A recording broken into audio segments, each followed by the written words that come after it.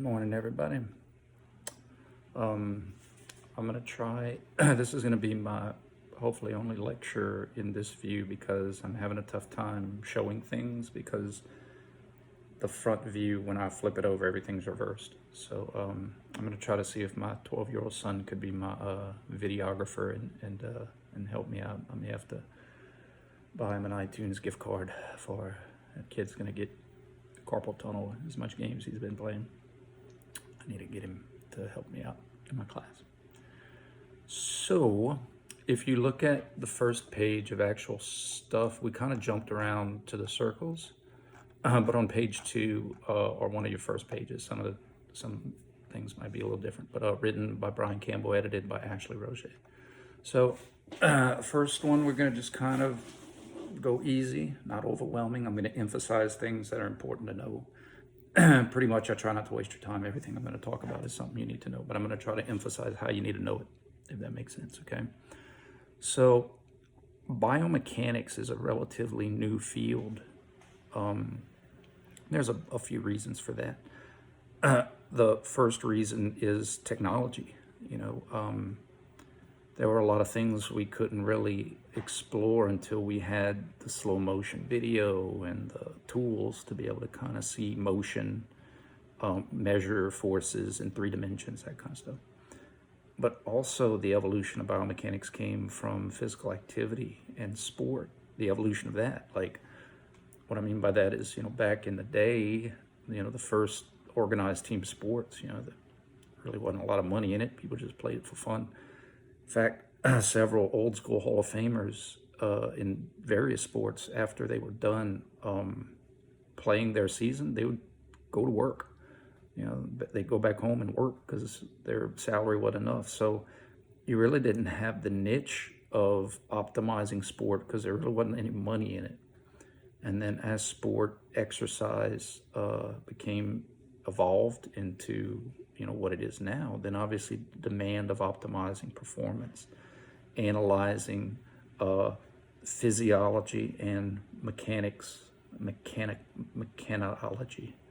One time I joked with my major professor that physiology is really just micromechanics. So that area kind of spawned biomechanics of injury, biomechanics of performance. Another topic I'm going to talk to you guys today is a biomechanics of work safety or ergonomics. You've probably heard of that term before, occupational biomechanics. So this area of biomechanics is a relatively new field, within the last 100 years or so, and that makes it a young puppy. So that's important to remember. Dr. James Hay of Iowa kind of coined what we use as a working definition of biomechanics, and that's it's mechanical principles. So we have physics, if you want to look at it like that, mechanical principles, but instead of applied to houses and systems and bridges and buildings, and we apply it to biological systems. We apply it to the human body, but humans are a biological system. So in other words, biomechanics could be looking at how dogs wag their tail, how horses run. Biomechanics in animals is also a growing niche. Chiropractors now are doing application of their biomechanics to animals. Veterinarians apply physiology and biomechanics to animals. And there's even some biomechanists who literally work with, champion racehorses and animals. So keep in mind, biological system is just meant when chemistry is alive, that's what we call biology. Biology is living chemistry. So that's important. The application of mechanical principles to biological systems, of which we are a part. We are one of the many biological systems. If you've ever wondered how a butterfly flies or how a hummingbird flies, that's your curiosity into biomechanics of mechanical principles to biological systems. May not be us. So there's different areas biomechanics, like I discussed, ergonomics and things like that, I want to first talk about we humans, we're going to apply all of this to humans. We are bound by our genetic capabilities. We're bound by what we call our morphology. In class, I said, if you're not a good athlete, relatively speaking, who are you going to blame? Don't blame your work ethic. Don't blame your training. Blame your parents. It's their fault. You're bound by your genetic capabilities. Now, what that doesn't mean is that doesn't mean you can't improve. That doesn't mean you can't train and improve your performance or improve your skill.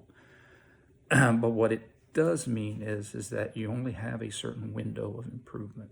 Genetically, you're only bound by your genetic capabilities, meaning that no matter how hard I train, I can never be as fast as Usain Bolt. I can't out-train him because he was built to be a sprinter.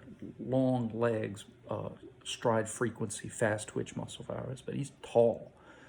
And he can't train himself to be tall. Shaquille O'Neal can't train himself to be tall. Simone Biles is one of the greatest Olympians of all time, but if she was 5'7" instead of like 4'7", she wouldn't be Simone Biles, no matter how hard she trained. You kind of see what I'm saying? That's important for a lot of things, but it's important too for our physical educators out there. When we're working with kids, we have to remember that they too are bound by their morphology. And we need to work with them independently, individually, to reach their potential, but they have genetic potential. I'll give you a couple examples of what I mean by this. When I was at Auburn in the summer, we would work with swim camps. Auburn had one of the best swim schools, swim programs in the country. Tons of Olympians from other nations would come to Auburn and train, and so their swim camps were a big deal for a lot of people. And what we would do in the Biomechanics Lab is we had a railing system on the side of the pool, and we had a camera that would, imagine like an inverse of a stethoscope. A submarine has a stethoscope that goes up and out. Ours went out and in and curved so that we could see under the water with the camera. And it was on a track railing to make sure it kind of stayed level. And what we would do is we would video the kids as they would swim their 4 strokes, and as they would swim, we'd follow them with the camera. They'd turn around, we'd follow them back. And then we used some fancy software called Dartfish, but we used some software to sync our Olympians that were on the Auburn swim team with the kids. And now the kids loved it because they got to see themselves swimming with their Olympian heroes. But the point though is that imagine the psychology of a kid who wasn't built like an Olympian or didn't have a long hull of a canoe. We watched in the video the other day, right? So they're comparing themselves, and we were like, okay, this is how you should do this stroke, and this is how you should do this stroke, and this is how you do this. But what if their range of motion, their body type, it's hard to tell a kid to emulate 0.00001% of the population. So another example is in football. One day I went to talk to my old coach, just in the locker room, not the locker room, coach's office, just shooting the breeze about stuff. And he said, Brian, come watch this video. And so I'm watching a video of one of the young kids, and Delcom, we're a small school in a small town, so I'm tall in Delcom, and I'm 6 feet. And the little quarterback was, 5'9", maybe 5'8", and coach was trying to work on his throwing mechanics, and he mentioned that they were working or trying to show him video of like Tom Brady and Peyton Manning, and Tom Brady is 6'5" and 230 pounds, and Peyton Manning, Brady's might be 6'4", 230. Peyton's like 6'5", 6'6", 235. They have big 6'5", 6'6" hands because you're built proportional. Remember from the video, right? Your arm length. Well, the same thing with everything in your body. There's exceptions, but mostly you're proportional, meaning that if you're tall, Shaq's 7'1", Shaq has size 22 feet. it's proportional to his height. All of your limbs for the average person is proportional to your height.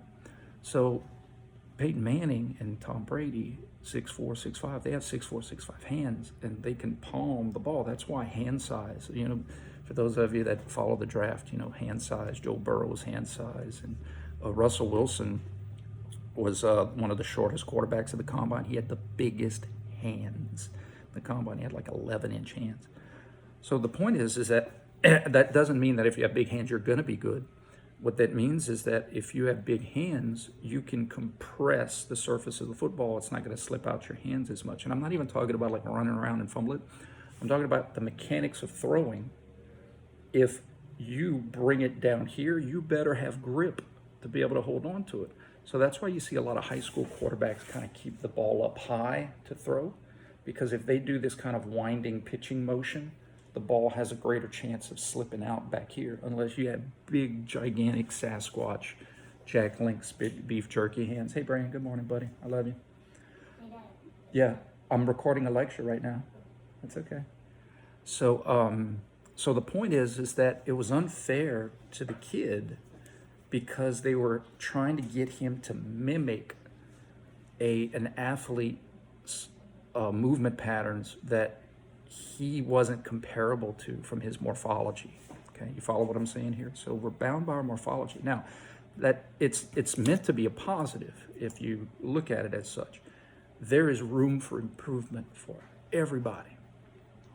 Rehab patients, stroke patients, physical activity for kids, but we can't set the bar to other people's morphology. We have to customize that improvement to their own genetic limits, their own genetic capabilities, okay? Another thing that's important is everything obeys the same laws of physics. And that is in there, or laws of mechanics is in your book. That's in there because there's no such thing as defying. It's a cliche term, but like, you know, Michael Jordan didn't defy physics or defy nature, or you know, when someone jumps higher than anyone else, it's not that they're defying any laws. It's just that you're not used to seeing that parabola. You're not used to seeing that track. You're not used to seeing the time, because then it makes sense. The higher you go up in the air, the more time you're going to spend in the air. So when people say that they're defying nature, they're defying physics, that just means you don't see that as often. And so what your brain interprets as spending more time in the air might be a fraction of a second more, but that's not what you're used to seeing. So therefore, how do you explain it? You're not going to go into in-depth physics, so you just say defies the laws of nature. So everybody is playing by the same rules on Earth. If we were on the moon or if we were on another planet, you know, then the rules would change in terms of gravity and parabolas. But that's why, like when you see them walking on the moon, they kind of do like this, right?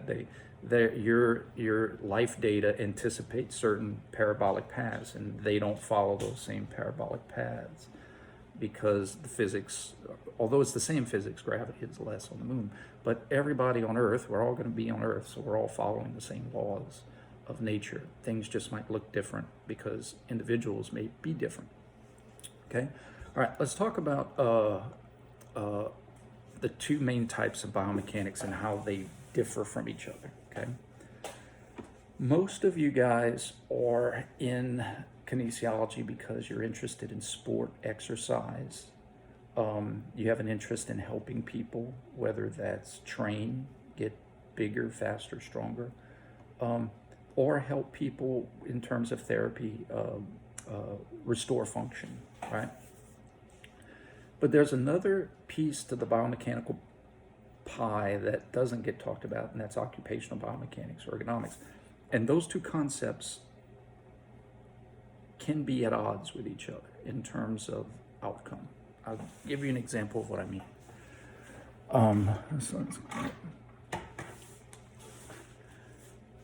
Athletes, because of the monetary incentive, because of the scholarship incentive, because of parental peer pressure incentive. Don't get me started on that.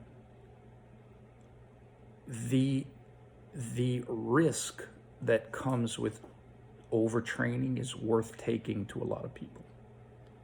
because their mindset is more is better, and I need to train. I need to just keep pushing through injuries, and I need to keep training because other people that are trying to take my spot, other people that are trying to sign that big contract, other people that are trying to get on the field, they're doing the same thing I am. And that's some of the mechanisms of, people taking the risk to cheat. Because at the end of the day, especially like in the pros with guaranteed contracts, once you get paid, you get paid. They can't take the money away from you. But my point is that philosophy of pushing through is very different in work settings. And I want you to think about a couple things why that is. In sport, you have an off season, right? So in other words, when I was working softball at Southern Mississippi, and volleyball too, there were athletes who were hurt. But the doctors knew that it wasn't going to get worse, or their life wasn't in danger. They were going to lose their leg. So bear the pain as needed. And then after the season, we would rehab it or do surgery, whatever. The key thing is that after the season, you have a chance to recover. And also you think about sport and exercise as stressing the cardiovascular system, right? Guys, there's a lot of jobs that stress the cardiovascular system. Maybe working offshore, being a welder, working in the heat, carpentry, demolition. It's hot. You busting your butt, 8, 9, 10-hour shifts offshore. There's no off season. There's no off season. And you think about a typical training session, an hour, 2 hours, 3 hours, that's a lot. Football practice, how long was your practices? They were intense, but 2 hours. Some of these cats are doing cardiovascular stresses all day.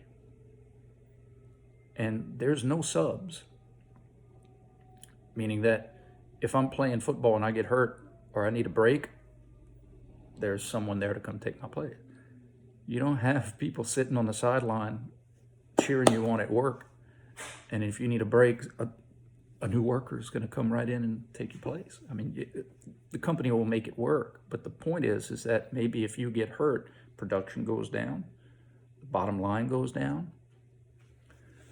So the point is that in workplace biomechanics, it's not about stressing the person to be optimally productive, because there's too much risk involved, too much risk in getting hurt, too much risk in overtraining, too much risk in overuse injuries. In occupational biomechanics, it's about safety. Safety biomechanics. It's trying to get people to be able to sustain work without getting hurt. Because if someone gets hurt at work, you still got to pay them.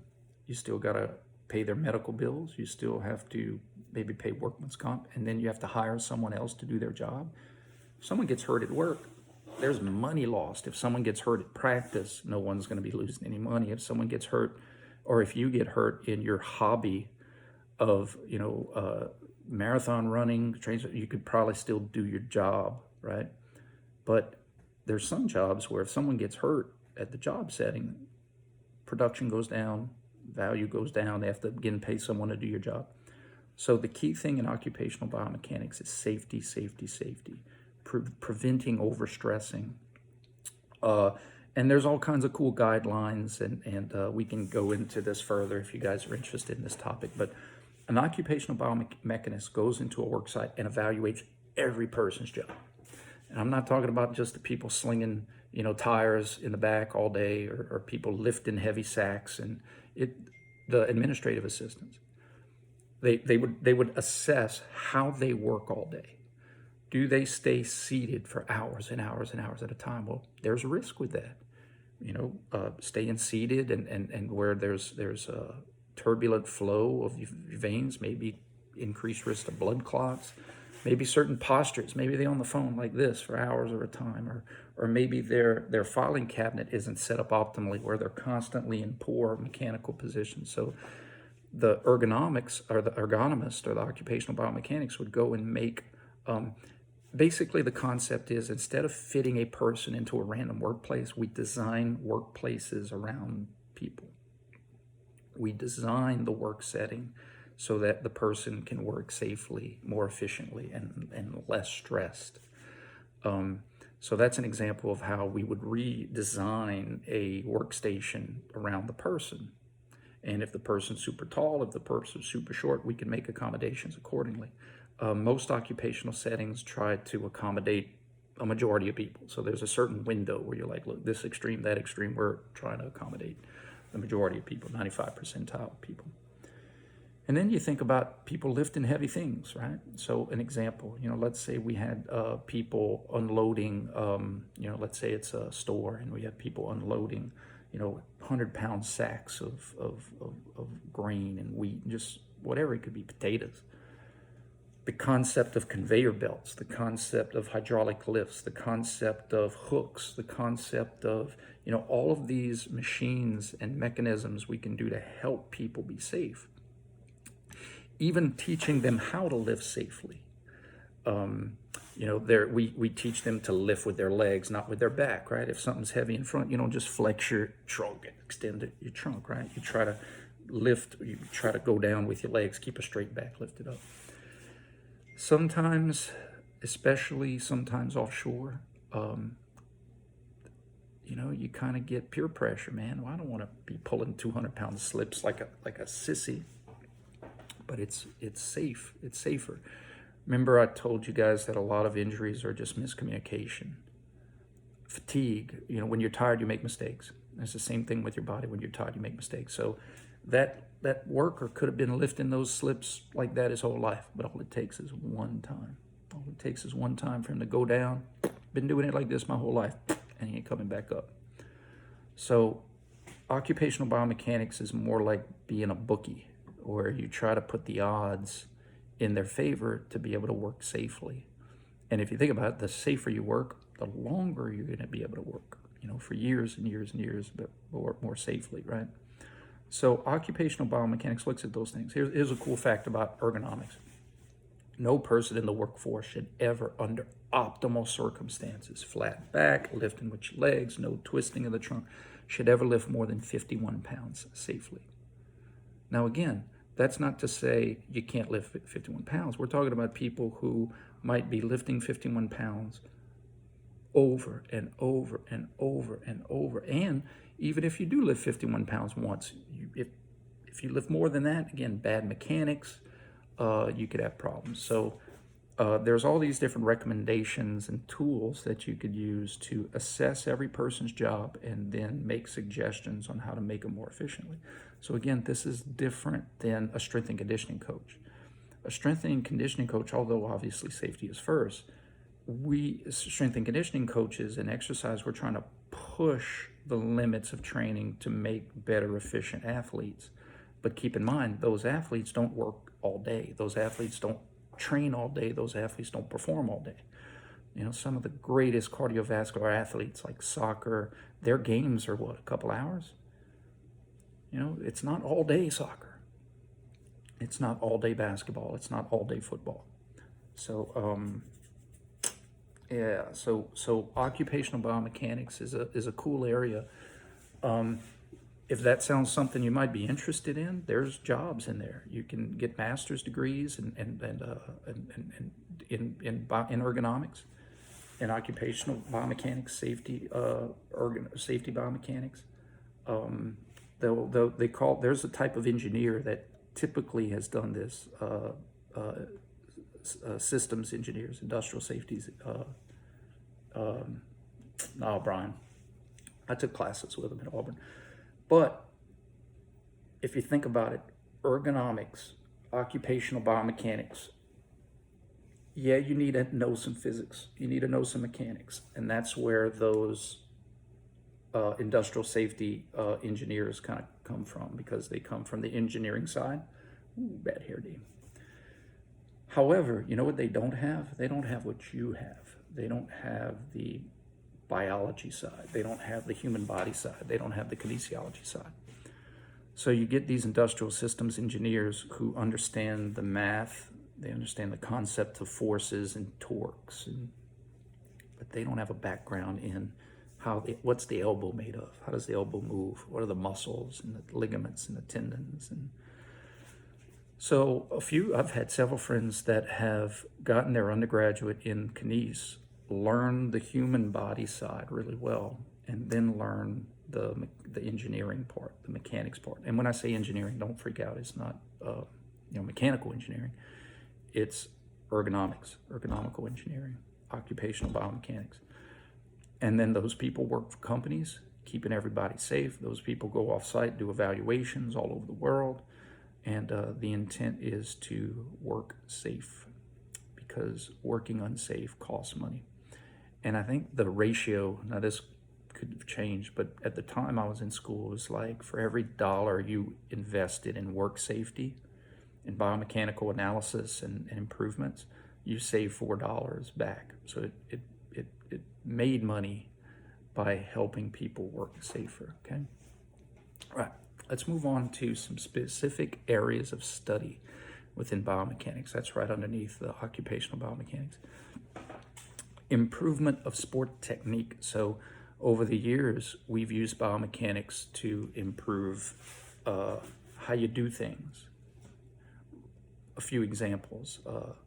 Pitching, although basically it's the same, through biomechanical analyses, we know a lot more about efficiency. Back in the old days, pitchers would flail their legs, and so although the motions are similar, we know now in terms of lifting your leg up and then driving it through to help you push off more, and just little things like that.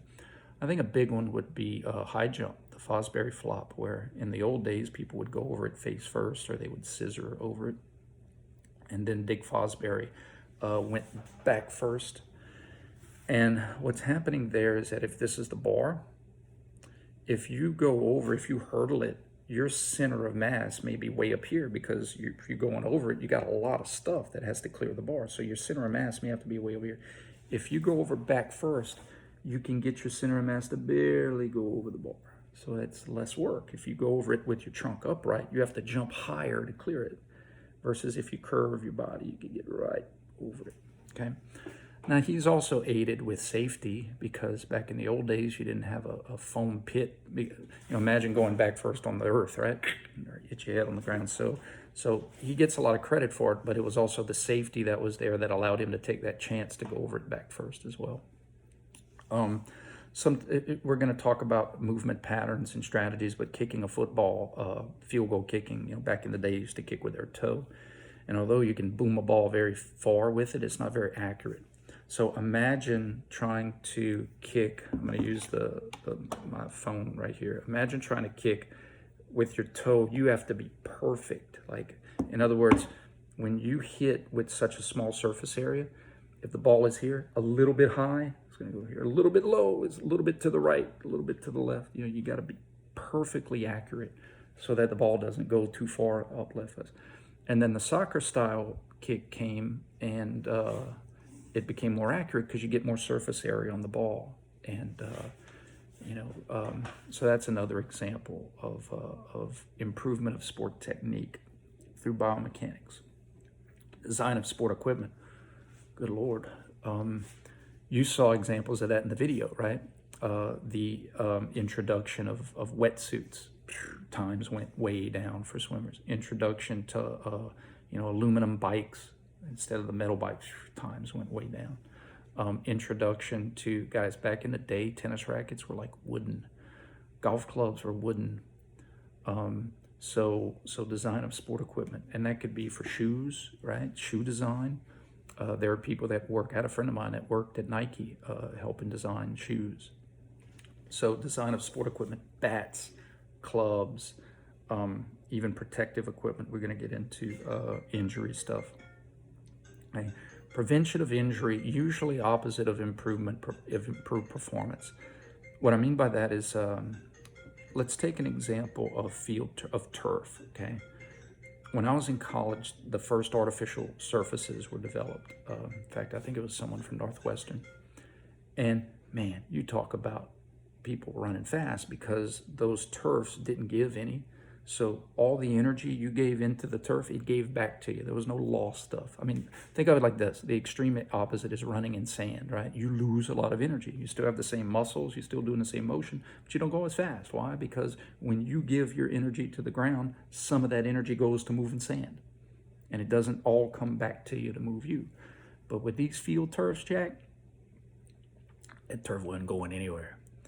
And so with all of this extra energy coming back to you in the terms of forces to move you, that's a lot of forces for your joints to handle. Not to mention, if you fell on the turf and it didn't give, more breaks, more concussions, you plant and cut and that foot wasn't going anywhere. So there was a lot of injuries. The performance increased. Man, people were running fast and people were cutting fast, but the injuries were just so crazy. So in essence, what they had to do is say, look, man, this is too good.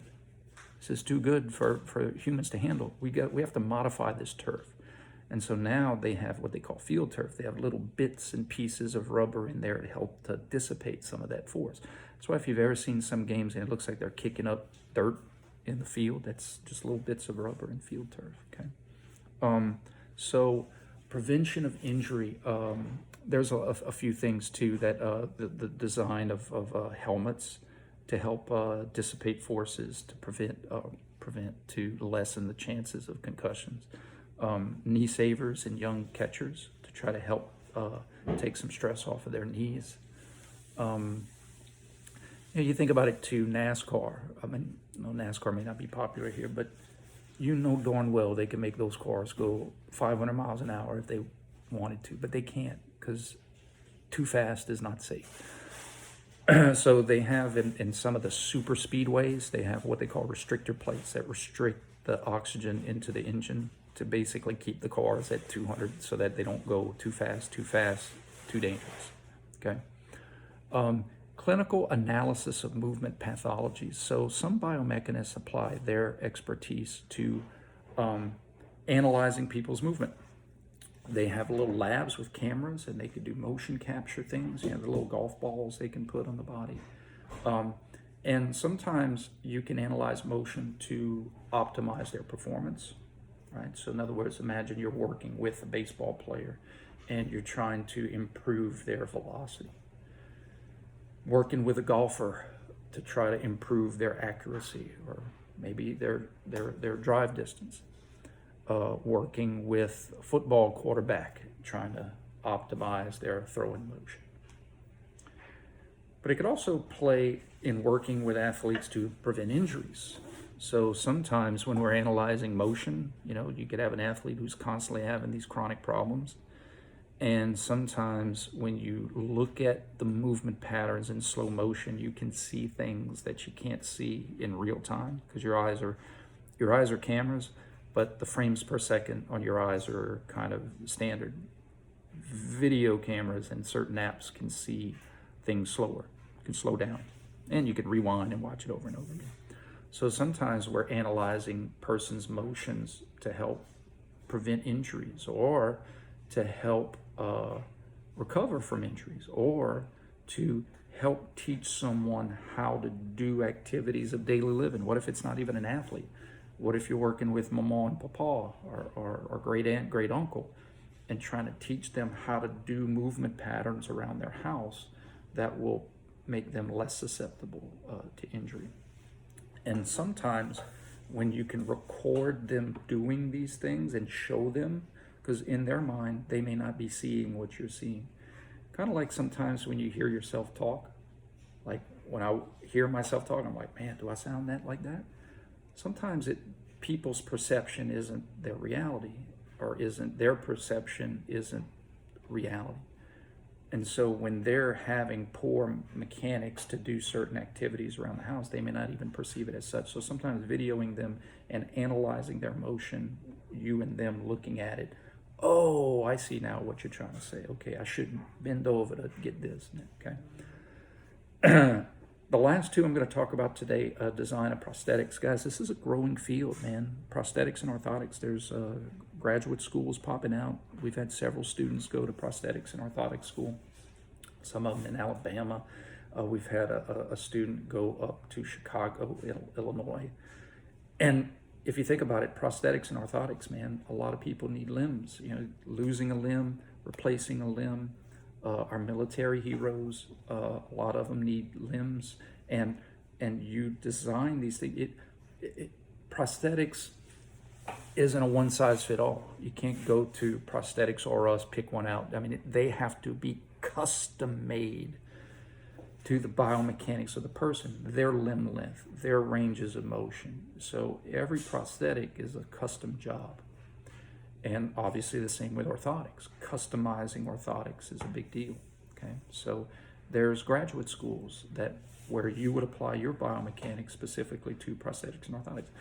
Think of it as there's a lot of different ways to apply your medical degree, right? You could be a podiatrist, you could be an ortho, you could be a physiatrist, you can be, you know, there's ENT, there's a lot of different ways to apply it. Biomechanics, there's a lot of different ways you can apply your biomechanics. Interest in one of those is in the area of prosthetics and orthotics. And designing rehabilitation devices, man, that's cool. Every piece of equipment that you've ever done has had a biomechanist influence. So when you go in the gym and you see these machines and think about it, there's an element of occupational biomechanics too, because remember, in occupational biomechanics, we want to try to fit 95% of the people to be able to do that task. So you think about all the adjustments these machines have, right? One of the reasons you have all these adjustments, you could adjust how high the seat is, you could adjust how far away the padding is, because we're trying to get 95% of the people to be able to use that piece of equipment.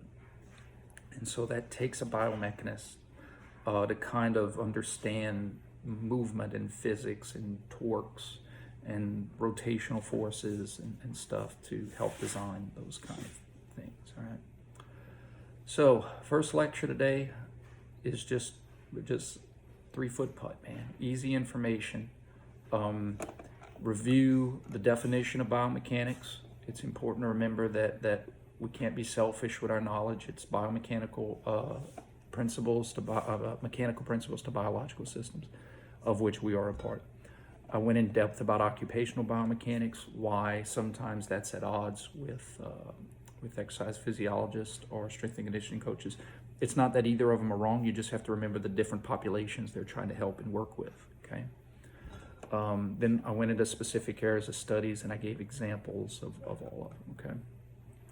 On Friday, we're gonna get into Sir Isaac Newton, which ironically enough, some of the brilliant concepts that dude came up with, he was in quarantine because of the plague. So pour one out to my man Newton. We'll talk about him on Friday. Y'all be safe, flatten that curve.